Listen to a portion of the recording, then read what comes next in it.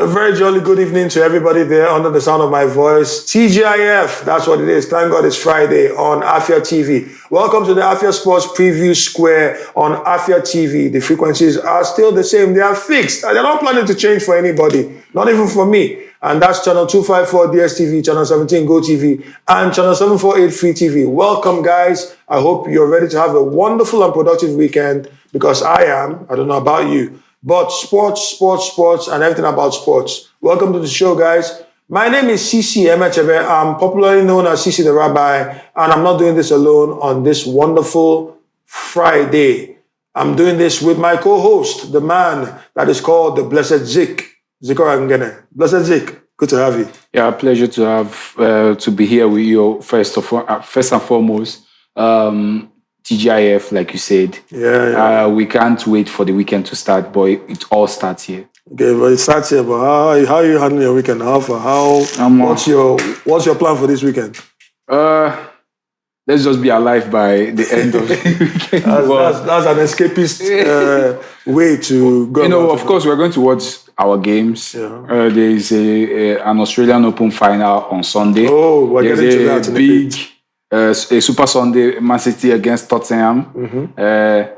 There's a lot of things. Npfl, of course, is going to happen.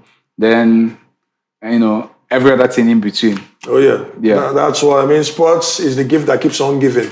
And that's why we're here to give it and take it.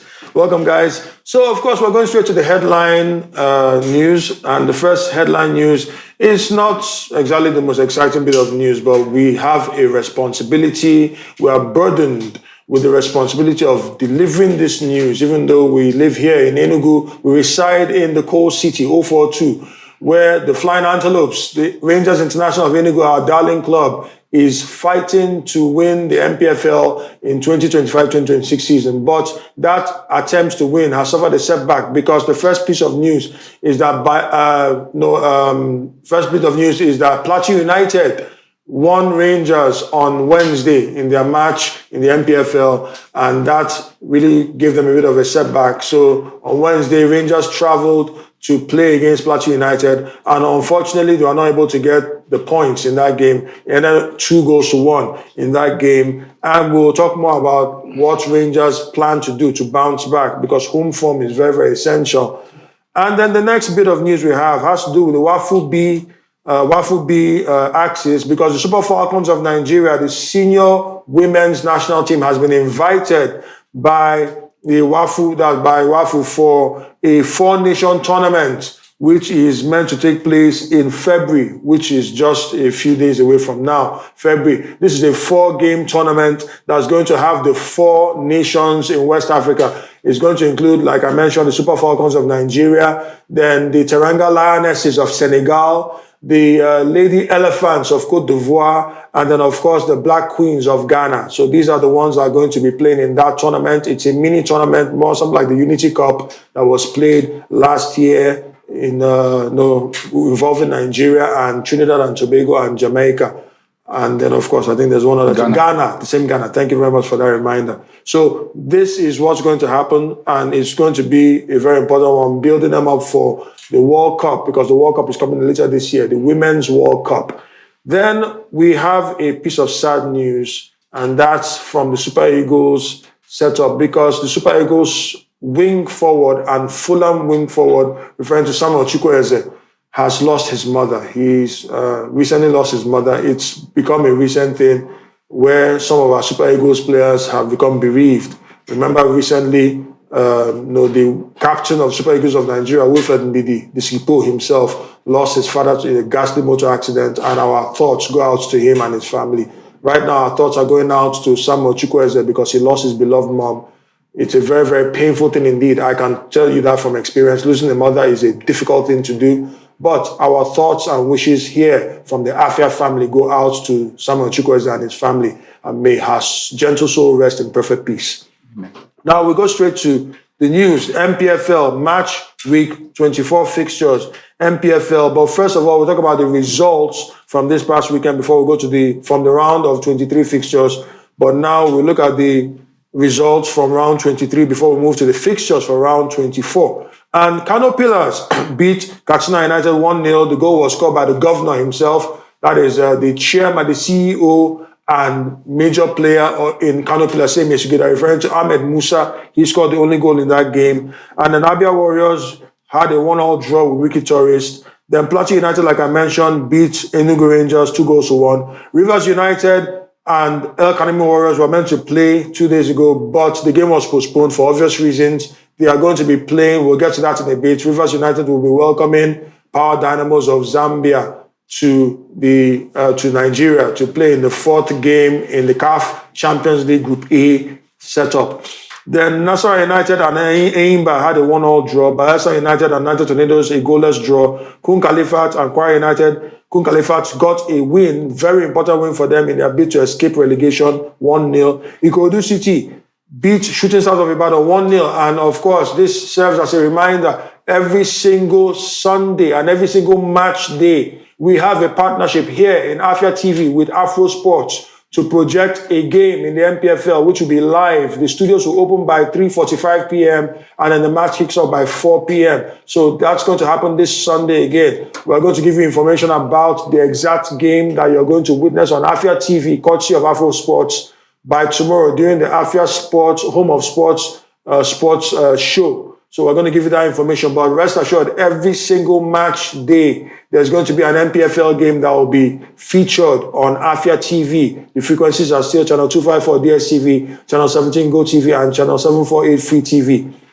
Then, Warri Wolves beat Remo Stars, the defending champions. Remo Stars 1-0. And then Bendel Insurance and Barao FC had a goalless draw. Now, we're going to give you the fixtures by tomorrow, the match day 24 fixtures, but right now, we give you the standings. Rivers United are on top of the log with 41 points, having played 21 games. So they've played 2 games less than every other team in the Npfl, which is a big advantage because Nassau United have 39 points after 23 games, and they are second. Ikorodu City Oga Boys are third with 38 points. Abia Warriors are fourth with 38 points. Rangers have slipped to 5th with 36 points because of the loss to Plateau United. Then Shooting Stars of Ibadan are 6th with 35 points. Niger Tornadoes are 7th with 33 points, same number of points as Bendel Insurance and Warri Wolves, who are 8th and 9th respectively. El Kanemi Warriors are 10th on the log with 31 points. And then the second half of the table has Katsina United with 30 points. They are 11th on the log. Eimba, People's Elephant, the most successful side in Npfl with 9 titles, find themselves in 12th on the log with 28 points, same number of points as Bayelsa United, who are 13th. Then Wiki Tourists are 14th with 27 points, the same number of points as Barao FC and Plateau United in 15th and 16th. Now that's where the relegation zone begins because Remo Stars are 17th on the log with 26 points, and Kano Pillars, same as Sugida, are 18th on the log with 25 points. Kwara United are 19th on log with 24 points, and Kun Khalifat, after that important win, got to 22 points, but they are rock bottom. They are at last of the group. Zik, this is looking very, very interesting, especially as they're getting to squeaky bomb time. There are 15 games to go in the Npfl, and this weekend we're going to be seeing some games, very important games. Everybody knows that this final third that they're approaching is very important to try and get results. We don't have the fixtures out yet, the ones for round of 24 tomorrow, but by tomorrow during the show we're going to talk about that. But how important is it for the teams that are gunning for something? Like you have teams that have objectives, they want to win the title. You have Rivers United, who are the favorites as it stands, but they are still being chased by Nassau United, Ikorodu City, to a certain degree Abia Warriors. Rangers are still in the mix too, even though they have suffered a setback. Then those are title contenders. You could say that Eimba are trying to get into the continental places, no doubt about that, because they're 12th on the log. Remo Stars, any talk of Remo Stars trying to defend their title is dead. There's nothing they can do about it. Away. Far away, too far away. And then we have other teams that are struggling to stay in the mid-table, and there are teams that are struggling to avoid the drop. We have mentioned the ones that are there. Remo Stars, unfortunately, are in the relegation quagmire. Kano Pillars are there too. Kwara United are there. Kun Khalifat are about to say hello to the Npfl and go back to the NNL. That's not what they're planning to do. So what do you make of the season so far and the fixtures? And has there been any unfairness or lack of equity for any teams? Or what's your thoughts generally concerning the performance of the teams and which teams have disappointed you so far in the season?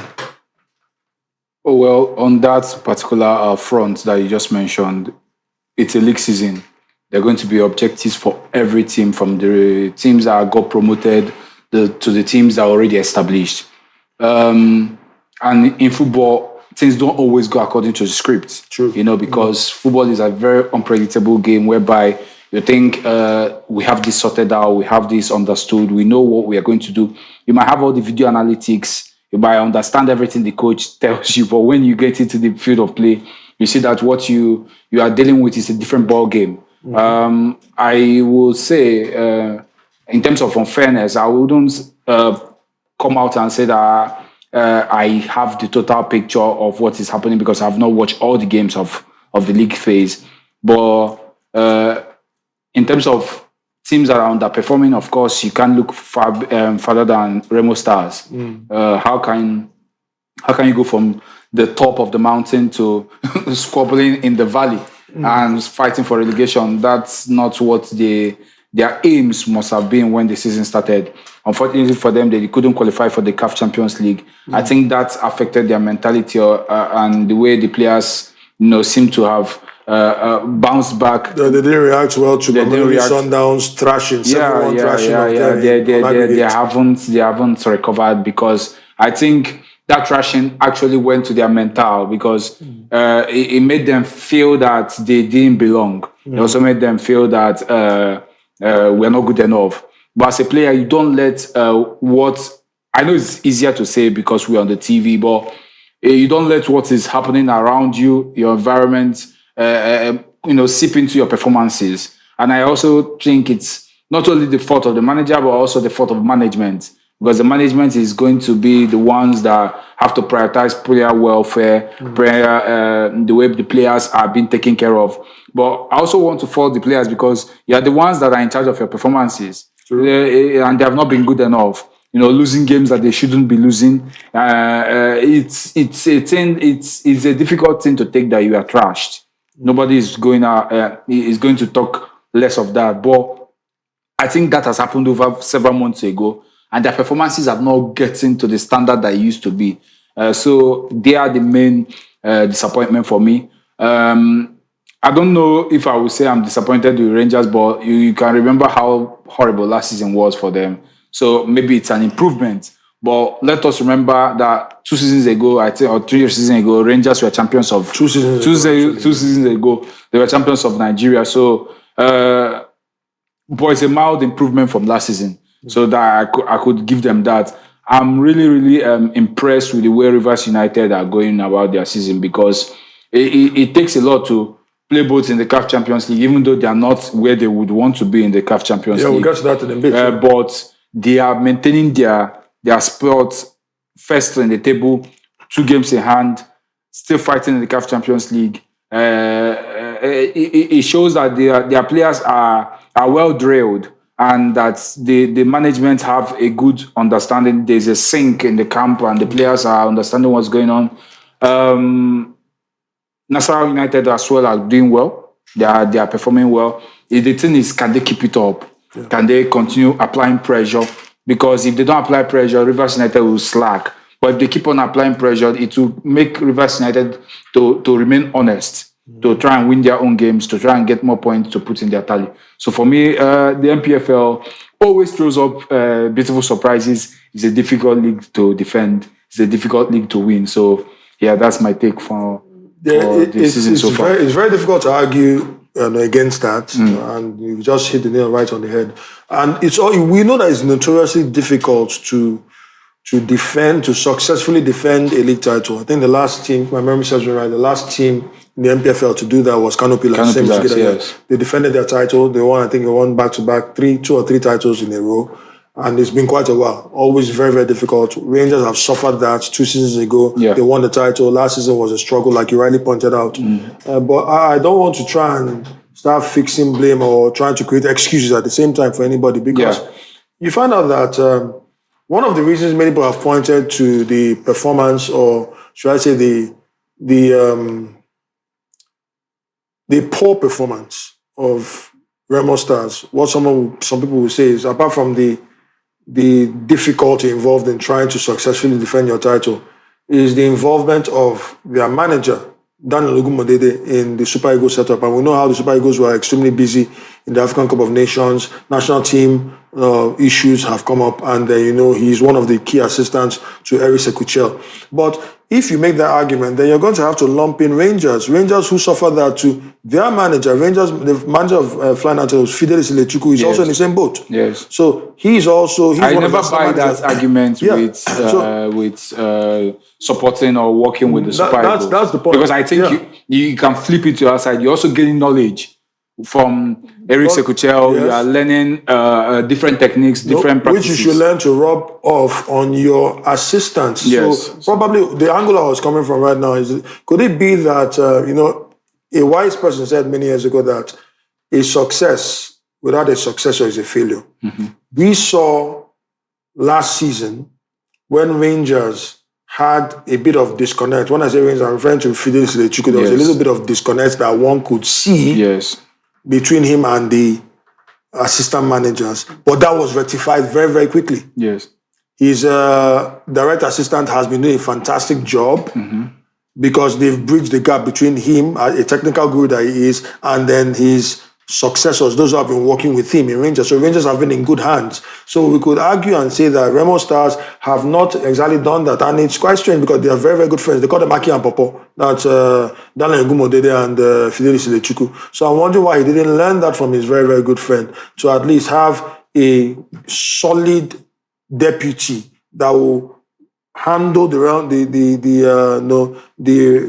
reins in his absence when he's in the national team. Because obviously, these two managers love their experience in the national team, which should benefit their clubs respectively. But so far, we are seeing that what happened in the national team is benefiting Rangers more than Remo Stars. Yeah, and to hit also to buttress more on that, I think with Remo Stars, it depends on the way their structure is. Is there freedom to delegate to the so-called assistant manager or whatever?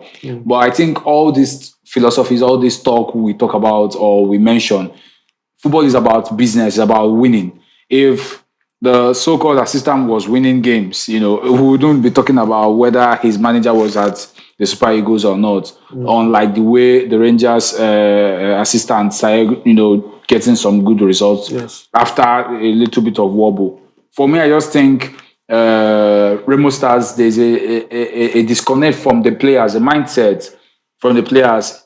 They felt it would be maybe not easy, but a little bit different than it was when they wanted to win it. But they've forgotten that, when a season ends, everybody starts from zero. You have to get back to that mountain again. True. And that's the most difficult thing. That's what I said in the beginning, the mental. It takes a lot. It takes a great coach, a mastermind. You need a leader to defend the league. True. It's not only about the tactics. It's now more about the mental capacity. That's why you see people like Ferguson, people like Guardiola, you have to respect them. Because, you have to say they are good tacticians, they are good strategies, but let's say 70-80% of the battle to retain a title is mental. True. That's what I believe about. So I won't say they are weak players mentally, but I just think they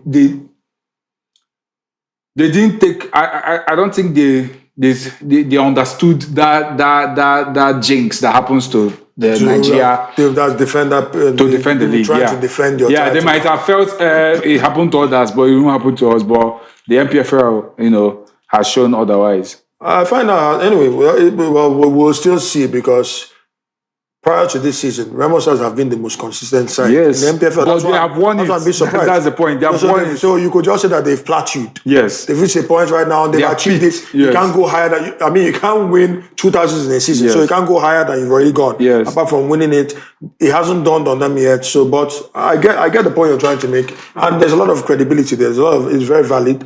But we wish Remo Stars all the best, as long as they don't face Rangers. Okay. So we will go straight to the next point, and that has to do with the CAF Champions League. We've already alluded to that. The CAF Champions League, one of the reasons Rivers United's game was postponed was because of their involvement in the CAF Champions League. Rivers United are sitting very, very pretty on top of the Npfl right now. They are the favourites to win the title, which might give the manager himself, that is Finidi George, the opportunity to join an exclusive club of managers who have won the league title with two different clubs. So you talk about the likes of Kennedy Boboye, who has done that before. And there's one other manager I'm trying to remember, the one that managed Rangers not too long ago, Mekaba. No, that's this person, Mekaba. He also won the title with Aqua United, and then before then, I think Kano Pillars. So there are a few managers that are there, and obviously he wants to do that. But the focus this weekend is on the CAF Champions League. And we're going to go to the fixtures in the CAF Champions League. CAF Champions League, round 4 of the group stage of the CAF Champions League. We're going to, first of all, the games in Group C that involve Al Hilal and Mamelodi Sundowns. They were cancelled. That game was cancelled. And then the game between MC Alger and Senegal Lupopo was cancelled too. So Al Hilal will play against Sundowns by 8 p.m. That match was supposed to be 5 p.m. It was cancelled, so it's been moved now to 8 p.m. tonight. 8 p.m. tonight. And we're also going to see the game between Young Africans and Al Ali. Oh, sorry, not tonight, I beg your pardon. That's tomorrow. Tomorrow, actually, 31st. Then Group B games, Young Africans and Al Ali. Al Ali, the most successful side in the CAF Champions League, and actually the most successful side in terms of trophies won in world football. Documented. So Al Ali will be traveling to Young Africans. That game is going to be by 2 p.m. tomorrow, Saturday, the 31st of January, 2026. Then Group D, Petro de Luanda will play against Stade Malien by 5 p.m. Then another Group B game, AS FAR and Kabile will play by 8 p.m. Then Sunday, the 1st of February, we'll have Group D game between Simba and Esperance de Tunis by 2 p.m. Then Group A, which is what concerns us mainly, we're going to have Pyramids, the defending champions. Pyramids of Egypt are going to be hosting RS Berkane, and that's going to be by 5 p.m. The same time, Rivers United will be hosting Power Dynamos of Zambia by 5 p.m. Like I said, that's going to be on the 1st of February, 2026. Group C will have MC Alger playing the only game by 8 p.m. They will be hosting Senegal Lupopo. Now, Rivers United have it all to do because that Group A looks like this. RS Berkane are top of the log with 7 points. They've scored 5 goals, conceded 1. And right behind them are the defending champions. That is Pyramids of Egypt, Pyramids FC of Egypt. They have 7 points as well, but they've scored 4 goals, considered no goal. Same goal difference, but goals scored count at this stage. That's a tiebreaker. Then third in the log, with just that solitary point, is Rivers United. Rivers United have that 1 point, and then the rock bottom team is Power Dynamos. So Rivers United have a chance to create a gap between themselves and Power Dynamos. They share the same number of points, 1 point, but Rivers United went to Power Dynamos just a couple of days ago in Zambia and got a goalless draw. Now they have to win. They are condemned to win. It's a must-win game in Nigeria, where they host them in the round or in the 4th game in Group A. And this is going to be a very, very tough one. Not counting what's going to happen between RS Berkane and the Pyramids of Egypt, who will be hosting. Pyramids will be hosting RS Berkane, but they have 7 points. Rivers United have a big opportunity to have 4 points. They must get the 4 points for them to be within a fighting chance to qualify to the next round in the CAF Champions League. It seems it's possible, but it seems improbable. Yeah, because of the quality of the teams ahead of them. Now, this is not taking anything away from Power Dynamos, but Power Dynamos also have their own struggles. But at least Rivers United are above Power Dynamos. How realistic is this chance that Rivers United have to get to the next round? Because for them to do that, they have to unseat either RS Berkane or the defending champions, Pyramids of Egypt. Firstly, Rivers United couldn't have been in a much, much difficult group when the draw was made. It could be deliberate, you know. We will leave the conspiracies for another day. Okay. But for me, I feel that they have competed well in this CAF Champions League, especially the game at home that they were winning before everything crumbled. I watched a little bit of that first half. They were actually very, very tenacious in the tackle. They were putting on the press, creating plays, going into the angles, and creating a lot of danger for the team. That was against RS Berkane. Berkane, yeah, I was really impressed. But it's a problem with our teams. It seems like they can't sustain their momentum or the way they are moving. Yeah. Of course, it's difficult to sustain pressure for almost 90 minutes because you have to check the varying degrees of match fitness of your players, the opponent you are playing, the way they are prepared. But I think that they have a chance against Power Dynamos. Of course, you say Power Dynamos are not they're not a walkover because I've watched them in Super Sports in their own league once in a while. I see their games. It's going to be difficult, but like you said, it's a must win if they want to stand any chance of continue with knockout football by the ending of the season. They need to win the game, and I think that the motivation to get 3 points might actually spur them on in this game against Power Dynamos. They don't have to look far against Berkane, against Pyramids. You need to dirty the person. You and I'm there for that ground. You have to, climb over the person. Stomp him. Yeah, you have to make sure that the person knows that there's no hope between the two of you. And of course, we have to make tell of our home advantage. They have to make home advantage count. I think if they can raise their level with the fans at home, I think they can beat Power Dynamos. But don't look at Berkane, don't look at Pyramids. Those two, they are like the distant horse that you can't see.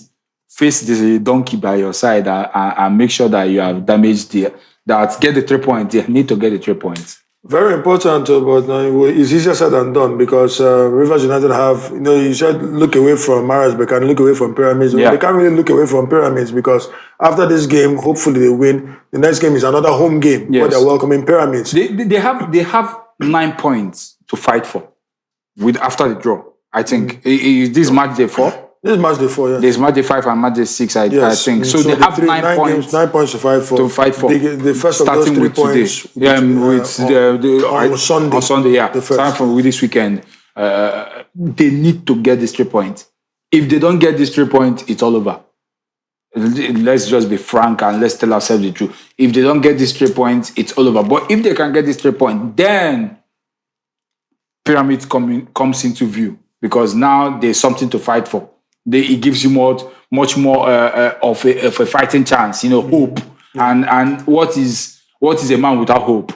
If there's hope, I believe that they can do something against Pyramid, but they need to win this game. If they win this game, then there's hope against Pyramids. Okay, a fighting chance indeed. So prediction: Rivers United, Pyramids FC. Pyramids or Dynamos? Sorry, I beg your pardon. Power Dynamos. I'm really going ahead of myself. Yeah. Pyramids, Rivers United hosting Power Dynamos or Zambia. Your prediction? 2-0. 2-0. Yeah. Wonderful. Very important. I hope it ends that way. Okay, so that you heard that from the Blessed Zeke. Let's hope we have a blessed score line at the end of the day that has Rivers United having a fighting chance to qualify from this group, as difficult as it may sound. We'll be right back after this short break because we have other places outside of Africa to talk about sports. Stay tuned. Don't touch that dial. You're welcome back to the Afia Sports Preview Square on Afia TV. Frequencies are still channel 254 DSTV, channel 17 GoTV, and channel 748 Free TV. Welcome back, guys. Still CC the Rabbi here and still with the Blessed Zik. And we are moving straight to Europe, and no better place to start than the English Premier League because it's getting to a very serious point. Round 24 games, I'm going to give you the fixtures and we're going to touch one or two very, very important games in the English Premier League. Leeds United will be hosting Arsenal by 4 p.m. Some of the games will play by 4 p.m. The early kickoff, not early kickoff, I beg your pardon, but 4 p.m. on Saturday, being tomorrow. Leeds United will welcome Arsenal to Elland Road. Arsenal has suffered a bit of a setback after the last game they played against Man United, losing their first game of the year and their first game at the Emirates this season. They have to bounce back if they are going to be serious title contenders, which they are anyway. So they have to do it against Leeds United at Elland Road. And by 4 p.m. the same time, Brighton and Hove Albion will be welcoming Everton to the Amex Stadium there. And the Wolverhampton Wanderers by 4 p.m. same time will be welcoming Bournemouth to the Molineux Stadium in the Midlands in England. Then one of the late kickoffs on Saturday will be Chelsea hosting West Ham United in the London derby at Stamford Bridge by 6:30 p.m. And the latest kickoff on Saturday will be Liverpool hosting Newcastle United, and that's going to be by 9 p.m. Unfortunately, we're not going to see one person that people would have loved to see in that game, and that's Alexander Isak, welcoming Newcastle United back to rather welcoming them to Anfield to play against his former team. Well, he's injured, he's had surgery, so he's going to be out for quite a while, so he's not going to be involved in that. On Sunday the 1st, we're going to have Manchester United hosting Fulham by 3 p.m. the same time at Old Trafford in northwest England. Same time, Aston Villa will be hosting Brentford at the Villa Park in the Midlands, 3 p.m. like I said. And that's the same time Nottingham Forest will be hosting Crystal Palace in the Midlands, also there in the Forest Ground. Then the biggest game of the weekend has to be the game by 5:30 p.m. on Sunday, where Tottenham Hotspur will be hosting Manchester City at the Tottenham Hotspur Stadium in North London. They'll be hoping to do the double over Manchester City, having beaten them in the reverse fixture at the Etihad Stadium 2-0. Then Sunderland will be hosting Burnley on Monday by 9 p.m. Monday the 2nd of February by 9 p.m. I said 2 p.m. Second day of the second month. That's why I said 2 p.m. 2 p.m. Yeah. 2 p.m. can be time zone. Yeah, time zone, exactly. Yeah. You built me out there. So 9 p.m. Nigerian time. So the most important game, there are games here that have a lot of bites, but the most important game for different reasons. And now, I know that many Arsenal fans... Speak freely. I'm speaking freely. I know that many Arsenal fans will be doing something that will make them want to scrub themselves with bleach and soap and all sorts of disinfectants. Why? Why would they want to do that? Yeah. They want to support Tottenham Hotspur against Manchester City this weekend. They hated Tottenham Hotspur. There's a big rivalry between these two North London giants. But they want to do that, having watched Arsenal against Leeds United, hoping that Arsenal get the win against Leeds United. Because if Arsenal win Leeds United at Elland Road, there will be a 7-point gap. That's not sure. No, if they, that's what I said. If that's what the word is. If they win Leeds United at Elland Road, they get a 7-point gap between themselves and Manchester City, and of course Aston Villa, who will be hosting Brentford. But they'll be counting on Tottenham Hotspur to cause Man City to drop points. Now, how big a dilemma is this for a typical Arsenal fan, considering the fact that there's no love lost between Arsenal and Tottenham Hotspur, and then the fact that, then again, from a Tottenham perspective, Tottenham Hotspur fans, core Tottenham Hotspur fans, because they are not bound by professionalism, it's the players that are bound by professionalism, and then the coach is also bound by professionalism, because last season we saw it happen. They thrashed Man City 4-0 at the Etihad Stadium, but they lost 2-0 at the Tottenham Hotspur Stadium, and that was very, very critical. Sorry, 2 seasons ago, I beg your pardon. 2 seasons ago, yes. And that was very, very critical because they needed, in the correct title race, it swung in favor. Yeah. Now, what's the guarantee that that kind of conspiracy theory will not come up again on Sunday? Yeah. Considering the fact that Tottenham Hotspur, knowing that causing Man City to drop points by either winning them or getting a draw against them will enable their bitter rivals, their hated rivals, Arsenal. Well, how do you see this from an Arsenal perspective and from a Tottenham Hotspur perspective? Firstly, you're talking about for the Arsenal fans with their blood, putting themselves in bleach and what sort. I just think that it's football. There will always be conspiracy. There will always be controversies. There will always be different opinions from different fan groups, different fan bases. I think this weekend, all 3 title contenders have difficult games in varying degrees. We'll start with Arsenal against Leeds United. Leeds United, of course, you've seen the way their season have finally picked up. And it started with the second half changes that Daniel Farke did at Etihad against Manchester City. Yes. A game they were losing 2-0 to only come back 2-2 and still lose in the dying minutes. But since then, they have just been picking up points, winning games. Either they win, they draw. and it has given them a boost of confidence. So it's not going to be easy for the Gunners over there at Elland Road because, of course, you see that they have a striker in form, Dominic Calvert-Lewin. I think he has 9 goals in 11 games in the Premier League. So, of course, Arsenal know that they can't take their eyes off their own game, because if you take your eyes off their own game, Daniel Farke now has gotten this bit of enthusiasm. He has gotten this bit of spark in his mental understanding of, the when to make changes, the way he has set up his team. And I think that game is not a walkover.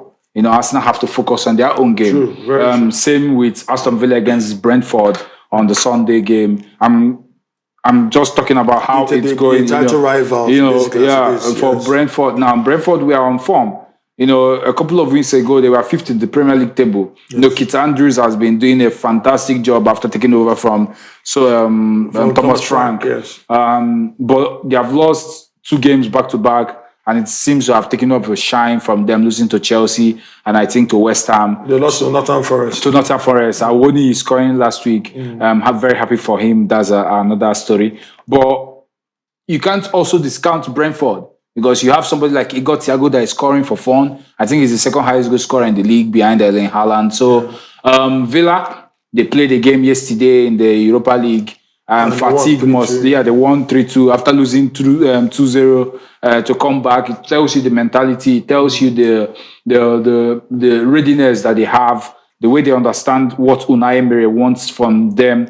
But he has said last week, I think, or last 2 weeks, that Villa not in the title race, that he is more interested in the Europa League. I don't think the Villa fans will be listening to that. No. Then coming to Manchester City and Tottenham, who forgets that? Who would have forgotten that incredible miss from Heung-min Son against Ederson for Manchester City against you guys in that title race? I could understand that aspect. You guys talking about conspiracy. What are you guys? The Arsenal fans in general. Yeah,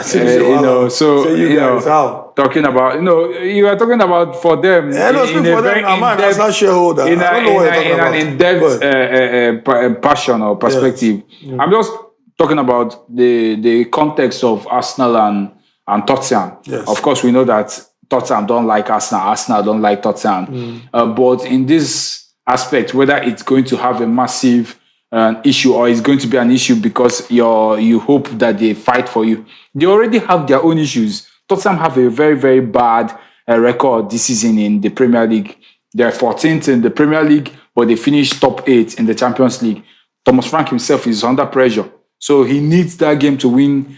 So he needs to win the game for opinion to change in the fan base, by the way. So I don't think it's a case of making or doing the Gunners a favor. I think they need it for their own target, because you can do well in the cup competitions, but the league is your bread and butter. And they have not been doing well, dare I say, for 18 months, because he started with Ange Postecoglou, and I think it has continued with Thomas Frank. Yes. But for Pep Guardiola, with the way their season has been going, they have had a very, very, mixed set of results until their last game, couple of games that they won 2-0 against Galatasaray, and of course before the Galatasaray game against Wolves 2-0. So I think the ship has steadied a bit. We are going to see what it's going to be like during this game tomorrow, next tomorrow on Sunday. So it's going to be interesting. Yes. I don't think there's going to be conspiracy because this person is trying to stop me, because I think it's too early. We are still in January or February as the game will be played. So if it's in March, April, that you guys conspiracy theories come out, I could understand that, but there's still a long way to go. Okay, so having said that, I think we all know that to a certain degree, Manchester City season is predicated on keeping Erling Haaland in cotton wool. Rightly so, and that's one reality on ground. But we'll look at the league table, and I'm going to get predictions from you for this weekend. The league table, Arsenal are on top of the log with 50 points, and the Man City are just behind them with 46 points. Aston Villa, the same 46 points, but with an inferior goal difference to Manchester City. And a whopping 8 points behind Aston Villa in third is Manchester United, who got to 4th position there 12 points behind the league leaders, Arsenal. And then Chelsea are 5th on the log with 37 points. That's the Champions League lineup that you have there at the moment, with Liverpool 6th on the log, Fulham 7th, Brentford 8th, Newcastle United at 9th, and Everton at 10th. Then the second half of the table has Sunderland 11th, Brighton and Hove Albion 12th, Bournemouth are 13th on the log, Tottenham Hotspur are 14th, like you rightly pointed out, Crystal Palace are 15th, and then Leeds United are 16th, with Nottingham Forest 17th on the log.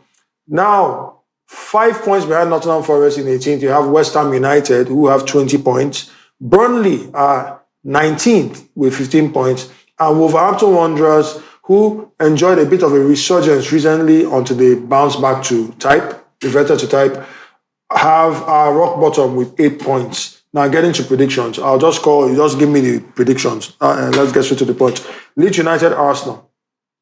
I just mentioned Leeds United giving Arsenal the game being dicey. But not the scoreline. So that's what I want to hear, scoreline.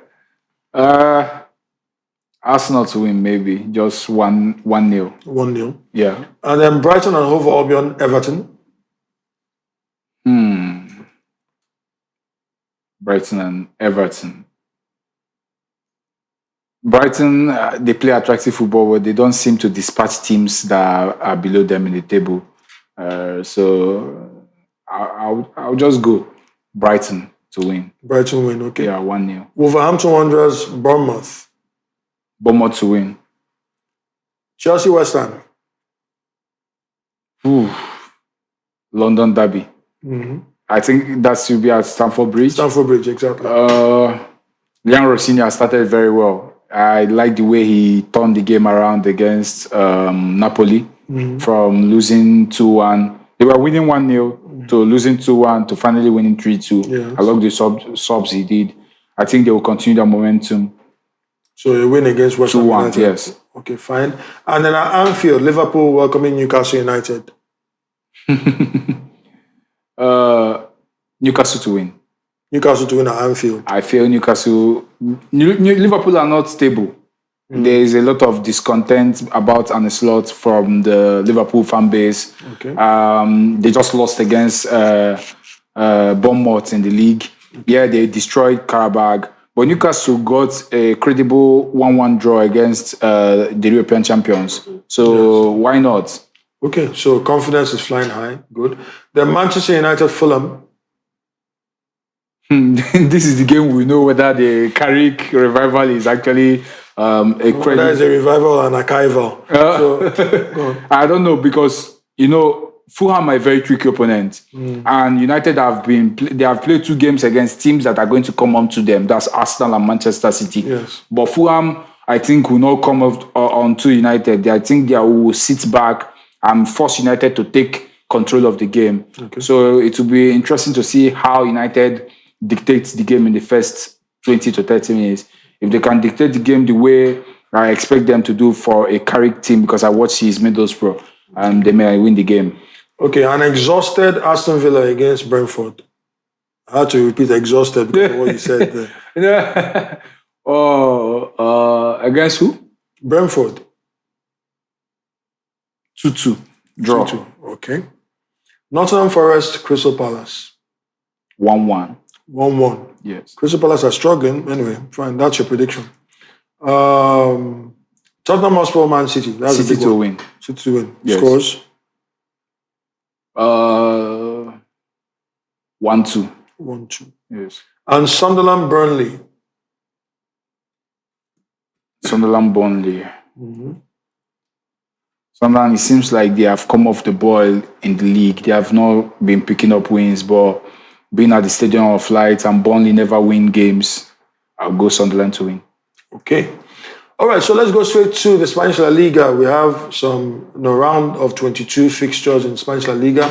And Espanyol will be hosting Alaves tonight by 9 p.m. While most of the games are going to take place tomorrow, being Saturday, the 31st of January, will Real Oviedo hosting Girona by 4 p.m. And then Osasuna hosting Villarreal by 4:15 p.m. Then Levante will be hosting Atletico Madrid by 6:30 p.m. And then the late kickoff on Saturday will be Elche hosting Barcelona by 9 p.m. Then, of course, we'll have February opening up with Real Madrid hosting Rayo Vallecano in a Madrid derby by 2 p.m. And then Real Betis will be hosting Valencia in Andalusia over there by 4:15 p.m. And Getafe will be hosting Celta de Vigo by 6:30 p.m. And then Athletic Club will be hosting Real Sociedad in the Basque derby. That's going to be the late kickoff on Sunday by 9 p.m. While the only game that will be played on Monday, the 2nd of February by 9 p.m. will be Mallorca hosting Sevilla. Real Madrid against Rayo Vallecano, Madrid have home advantage, but you're looking at LK against Barcelona. I don't know if we should even mention the Basque derby too. But looking at this club, look at LK and Barca. I don't know what to make of this, but if you look at the table, for instance, LK are 11th on the log, Barca are still top on the table. But LK, they've scored 29 goals. Not too many teams have scored more than them, but they've considered 29 goals. So they play a beautiful brand of football under Eder Sarabia, their coach that was in Barca with Kike Setien as an assistant in 2020. They are very, very attacking. Herman Valero, their winger. They have Alvaro Rodriguez, the Real Madrid Castilla player. They have, they have a beautiful style of football. That's how they can stay. They have a good defense. But I just think with the way Barca secured their top 8 and Real Madrid breathing down their necks, I don't think they will want to drop points against Elche. I think it's a Barca win for me. Okay, Barca win. And then Real Madrid hosting Rayo Vallecano. Remember, Rayo Vallecano are also on a Madrid-based side. And the owner, let's say the majority shareholder of Rayo Vallecano is a Madrid legend himself, the R9 himself, Ronaldo Luis Nazario de Lima. So I think that's Valladolid. Sorry, Valladolid. I beg your pardon. Thank you very much. I mixed them up there. Now, looking at Rayo Vallecano, Real Madrid are hosting Rayo Vallecano. That's a Madrid derby. Yes. And Rayo Vallecano are currently 16th on the log. They have been struggling to 28 goals conceded, 17 goals scored. Mm-hmm. But Real Madrid are within touching distance of Barca. Barca have an advantage, like you pointed out rightly. Mm-hmm. Barca have 1 point. They are 1 point ahead of Madrid, but Barca are fresher. Barca don't have the inconvenience of a two-legged playoff in the Champions League. Madrid are going to continue from where they stopped against Benfica, because the draws are by tomorrow. We'll talk about the draws tomorrow, but they're going to face Benfica yet again. I don't know if Benfica will have that magic again, but the point is that they have an extra game to play, so they need to conserve their energy a bit more. So Real Madrid, I don't think they can conserve their energy because, like we said, if Barca can win their game against Elche on Saturday, it puts more pressure on Real Madrid to respond. So you can't be conserving your energy for a game that is not yet coming. You can't look far ahead, like I said, for Rivers United. You can't look far ahead for Benfica. You have to be looking at the game in front of you. What's in front of you. Yeah. So I think they have to try and give their all to win Rayo Vallecano. It's not going to be easy. Isi Palason, Alvaro Rodriguez, they have a good manager, Inigo Perez, but I just think with the way Madrid is in turmoil, I also think they might win with individual quality. For me, 2-1. Okay, for want of time, I was getting to that, so I'm just going to take 3 predictions because of time. You've said 2-1, Real Madrid will win 2-1. Yeah, and of course, Mbappe most likely will score. Right? Probably. Then LK Barcelona, that's the second. I've already said Barca to win. And then the last one I'm going to give is the Basque derby, Athletic Bilbao against Real Sociedad.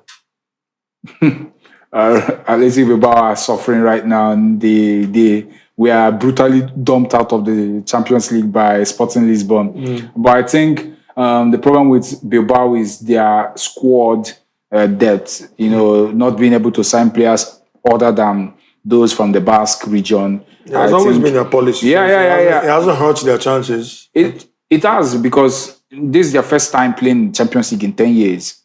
So for a team like Athletic Bilbao that is a powerhouse of Spanish football, Real Madrid and Barcelona are the 3 teams that have never been relegated before in the history of La Liga. So for them, in this Basque derby, Real Sociedad has gotten back to form. They changed their manager, and this new manager has brought a new vitality, a new energy about them. Please, where is the game again? Is it at Sebastian or at it's at San Mamés? in San Mamés. That's Real. Sorry, not San Mamés, not San Sebastian. San Mamés. That is Athletic Bilbao. Draw. I see a draw. A draw. 2-2. Okay, so having said that, I think we'll just go for a very, very, very quick break because of time, because we have 2 more things to talk about outside of football. Stay tuned. Don't touch that down. Welcome back to the Afia Sports Preview Square on Afia TV. Of course, we are at the tail end of the show. And then I'm going straight to the NBA, the National Basketball Association, and in the results that came from the early hours of this morning. Philadelphia 76ers beat Sacramento Kings by 113 points to 111 points, while the Washington Wizards beat the Milwaukee Bucks 109 to 99 points. Houston Rockets beat the Atlanta Hawks by 104 to 86 points, while Chicago Bulls lost to Miami Heat 116 points to 113 points. Dallas Mavericks lost to the Hornets by 123 to 121 points, while Denver Nuggets beat the New York Nets by 107 to 103 points. Phoenix Suns beat the Detroit Pistons by 114 points to 96 points, while Minnesota Timberwolves beat the Oklahoma City Thunder by 123 points to 111 points. And now we go straight to tennis. That's talking about the Grand Slam, first Grand Slam of the year, the Australian Open. And we have results. First of all, we know that a cracking final is coming up on Saturday, being tomorrow, the women's circuit, that's the WTA, where we have the lady herself, and that's referring to Aryna Sabalenka. Aryna Sabalenka got herself a vital win, very, very big win, and she won Svitolina, and of course, she's going to be coming against Elena Rybakina. So that game is going to be played on Saturday, tomorrow. And Big Saba, who is a dominant force in female tennis right now, is going to be aiming to win yet another Grand Slam. And that's a massive one. 4 consecutive Australian Open titles for her. She won it she got to the final of 2023, 2024, 2025, and then 2026. And she's won, I think it was 2 she's won out of these 2. So this is Big Saba, and she's the one to beat. But one of the biggest shocking news for many, not for me, because I've always believed in his ability, is the fact that after Carlos Alcaraz beats Alexander Zverev by 3-2 to get to the final, Novak Djokovic, the warlord himself, beat Jannik Sinner in 5 sets, the same thing, by 3-2. He lost the first set 3-6, and then won the second set 3-6-3, he lost the third set by 6-4, then won the 2 remaining sets 6-4, 6-4, and now he's booked a final in his favorite Grand Slam. He's aiming to win his 11th Australian Open and overall 25th Grand Slam. No joke. Novak Djokovic against Alcaraz, the man that I feel is his successor on Sunday. Call it, just call it. We don't have time. Seconds, call it. It seems like we jumped Big Saba. We have to actually call that and call this. I want to acknowledge, I want to acknowledge her consistency, her massive aura. You know, she has that belief in herself. She's doing something that, you know, in female tennis, it's not as if you don't have grit, but having somebody like her to come and, you know, make the kind of impact that she has made, 4 straight Australian Open, I think massive. I think we have to give her a lot of credit. But Rybakina has all of a sudden come from nowhere and looks like she's somebody that is going to upset the tree this season. So I want to go with the underdog, Rybakina, against Sabalenka for the final. Okay. But for me, I want to go with nostalgia. For me, Novak Djokovic is the best tennis player of all time, so I'll go with him for the final, Djokovic to win. Okay, so Djokovic wins the final? Yes. Okay, and then Rybakina upsets Sabalenka? Yes. Okay, so you heard that. That's a prediction from Blessed Zik. Thank you very much, Blessed Zik, for what you've done, for coming here. welcome to the show again. Thank you very much for everything. And then, of course, I thank Harrison that's been behind being the floor manager and also being behind the camera. I want to thank everybody that's working behind the scenes, doing a fantastic job. Diamond is there assisting us, shining bright like a diamond there in the MCR alongside Chamaka, our dear Chamaka herself, with the PCR. And then, of course, we have Moxie himself doing his job. Chidera, I can't forget you too because of what you do. We'll do this again tomorrow by 10:30 a.m. during the Afia Home of Sports. I will give you a breakdown of what's going on in the world of sports and different things that you need to know. Till then, remain blessed. I'm Sisi the Rabbi signing out. Have a wonderful weekend.